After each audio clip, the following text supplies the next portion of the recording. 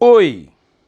Olha, é inevitável voltar a falar e aprofundar um pouco sobre a vergonha que foi a votação da segunda turma do Supremo Tribunal Federal, quando um dos 11 ministros, um dos 5 membros da turma, o Gilmar Mendes, que se jacta como grande especialista em direito, como uma autoridade acadêmica no assunto, se comportou como um mero ajudante da defesa do ex-presidente Lula, do PT, que ele execrava nos tempos de mensalão, né? Que ele fez votos terríveis contra a corrupção do PT, desde a hora em que a Operação Lava Jato alcançou os tucanos que o levaram para o posto máximo da carreira jurídica, lá no Supremo, ele virou um inimigo que execra o tempo inteiro a Operação Lava Jato, os procuradores, o Deltan Dallagnol e o ex-juiz Sérgio Moro, hoje ministro da Justiça do Bolsonaro. Apesar do resultado adverso, é útil lembrar um dia depois, né, que a defesa do Lula armou todo um espetáculo circense, mambembe, em torno das denúncias, entre aspas, do site panfletário de esquerda político Intercept Brasil, que não tem nada de jornal eletrônico, nada. E esse espetáculo faz parte de uma novela que tem alguns capítulos que é preciso a gente lembrar. Por exemplo, a narrativa da defesa do Cristiano Zanin Martins, né? Ela começa com apelos à ONU, utilização de opinião pública da esquerda internacional concentrada naquele cabide de empregos multinacional que é a ONU. O famoso plantão do militante do PT, Rogério Favretto, no Tribunal Regional Federal da 4ª Região de Porto Alegre, quando ele tentou salvar o Lula, tirar o Lula da cadeia num fim de semana. E agora vieram os apelos emocionais. A idade, o Lula é um idoso, já cumpriu 400 e tantos dias de prisão, e daí? Eu repito, não são 30 anos o prazo máximo de cumprimento de pena no Brasil, mesmo que tenha uma prisão de 300 anos, como tem, por exemplo, o Sérgio Cabral. O que é que tem a ver 400 com isso? O que é certo é que o navio, desta vez capitaneado pelo Gilmar Mendes, que eu estou chamando de Gilmal, né, pelo mal que ele faz às instituições no Brasil, naufragou. Naufragou porque ele contou com a coragem de outro. Ele não conheceu a minha avó. A minha avó Nanita sempre dizia que você nunca pode contar mais do que com a própria coragem. Não pode contar com a coragem do que está ao seu lado. Ele contou com uma coragem que o decano do Supremo não tem.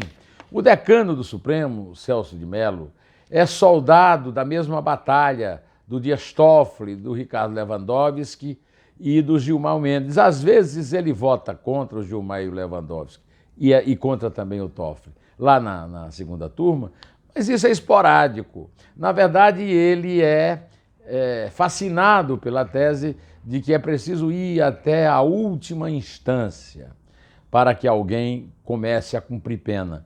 Diz que isso está na Constituição. Não é verdade. A Constituição usa a expressão considerar culpado, que é uma coisa, cumprir pena é outra coisa completamente diferente.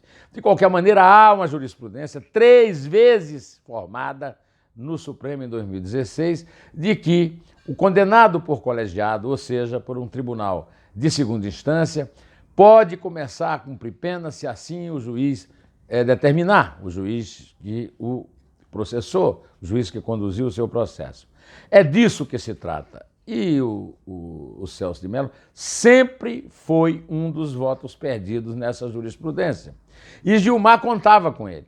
O próprio Celso de Mello, pelo que eu pude entender, vendo o noticiário o dia inteiro nos estúdios da televisão, do rádio e acompanhando as notícias dos portais, dos grandes jornais, o Celso de Mello andou espalhando que ele ia votar para soltar o Lula. Votar para soltar o Lula era digamos, uma espécie de dever de casa de qualquer membro do grupo chamado garantista, Dias Toffoli, Ricardo Lewandowski, Gilmar Mendes, Marco Aurélio Melo e o próprio Celso de Mello.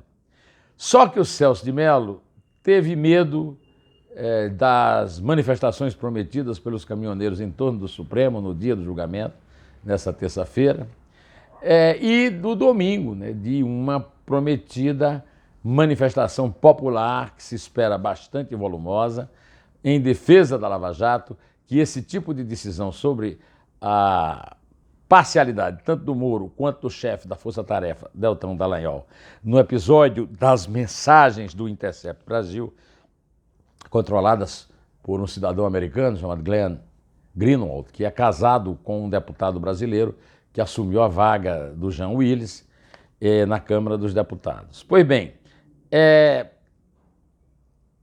a defesa do Lula bolou uma estratégia que era a seguinte: vamos deixar para julgar isso depois, vamos dar tempo para mais discussão. Mentira! Eles querem mais tempo porque eles acham que vai haver mais mensagens da Intercept para forçar politicamente uma pressão contra Sérgio Moro e Deltan Dallagnol e todos os que combatem, agentes da lei que combatem corrupção no Brasil. E não contavam, o Gilmar Mendes particularmente, ele não contava com a pusilanimidade do Celso de Mello, decano do Supremo, que está doente, que está deprimido, que tem problemas de mobilidade e que, se tivesse o mínimo de espírito cívico, já tinha renunciado ao posto no Supremo, mas vai esperar a idade dos 75, da PEC da Bengala, imposta pelo Eduardo Cunha, para ser substituído forçosamente.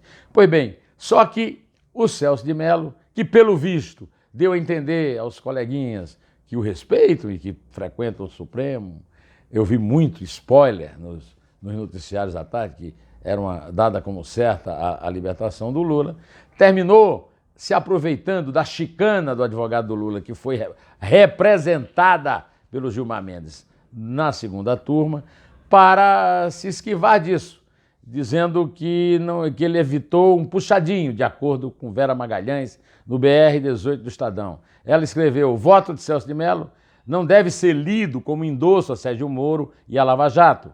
O decano da corte apenas não concordou em soltar o Lula por liminar sem se ater ao mérito. Quem tem conversado com Mello, isso é um truque que a gente usa em jornal, né? Ela é que conversa com Mello. No entanto, avalia que ele está bastante agastado com o teor das conversas reveladas pelo The Intercept Brasil e pode, ao analisar o mérito, votar pela suspeição do ex-juiz. Aí se decidiu por essa coisa repartida, pela metade, que foi expressa na mesma manchete que a Folha e que o Estadão publicaram hoje, que é o seguinte: deixa o Lula preso até o momento em que julgar o mérito, deixa para julgar o mérito depois das férias. Aí passou, a multidão já não está mais na rua, os caminhoneiros já não estão mais na frente do Supremo. Será?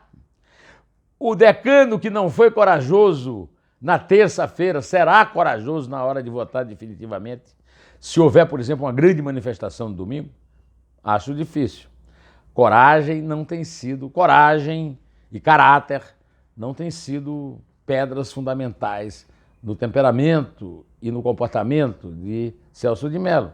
É bom lembrar que Celso de Mello entrou no Supremo muito jovem, colocado lá pelo Saulo Ramos, que era o candidato ao lugar, que abriu mão do lugar por contar com ele, e logo no primeiro julgamento ele se opôs a um pleito do Saulo Ramos, que desde então usou uma terminologia sobre ele que eu não posso repetir aqui, porque eu tenho 226 mil lares ligados em mim e eu não vou usar palavras de baixo calão, mas eu posso garantir que não é nada elogioso, né?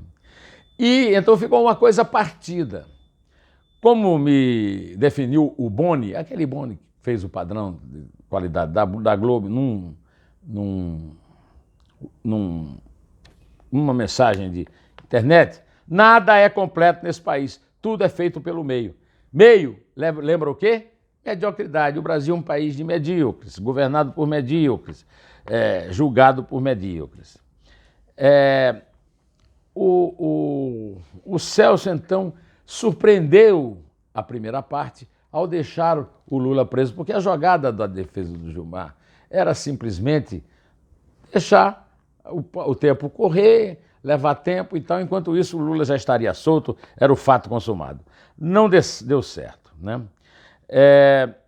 O Modesto Carvalhosa, a quem nunca faltaram coragem e vergonha na cara, já disse que a legenda da foto no alto do Estadão, dando a entender que o Celso de Mello votará ao oposto, ou seja, votará para libertar o Lula na hora do mérito, votará pela parcialidade do Moro na hora do mérito, já é uma declaração de voto que torna o seu voto, torna-o suspeito, sob suspeição de ter declarado voto antes. Se a Carmen Lúcia tiver o mínimo de pudor e bravura que ela sempre apregoou, ela vai arguir da suspeição, segundo o Modesto Carvalhosa, de acordo com por quebra de decoro, de acordo com a Constituição Federal, o regimento do Supremo Tribunal Federal, a lei orgânica da magistratura, por ter anunciado que não repetirá o voto de ontem no julgamento do mérito do recurso de Lula contra a parcialidade do Moro em agosto, ou seja lá como for. Até lá nós vamos ficar esperando as gotas da tortura chinesa, do conta-gotas e da espada de Damocles sobre a cabeça de Sérgio Moro, né? E estamos aí para ver pleiteada uma questão que é a inversão, né? O xerife preso e o bandido mandando nos tribunais. Como a cúpula do Supremo, então, conseguiu deixar a nação brasileira sequestrada por esse cidadão americano que não é bem quisto nem lá nos Estados Unidos, né? O STF se pôs entre o que o The Intercept Brasil tem a revelar e quantos cidadãos irão à rua domingo para defender a Lava Jato, dos bandidos do Congresso e das altas instâncias do Judiciário por inveja, desídia e o medo. Direto ao assunto, em pé, e só a verdade nos salvará.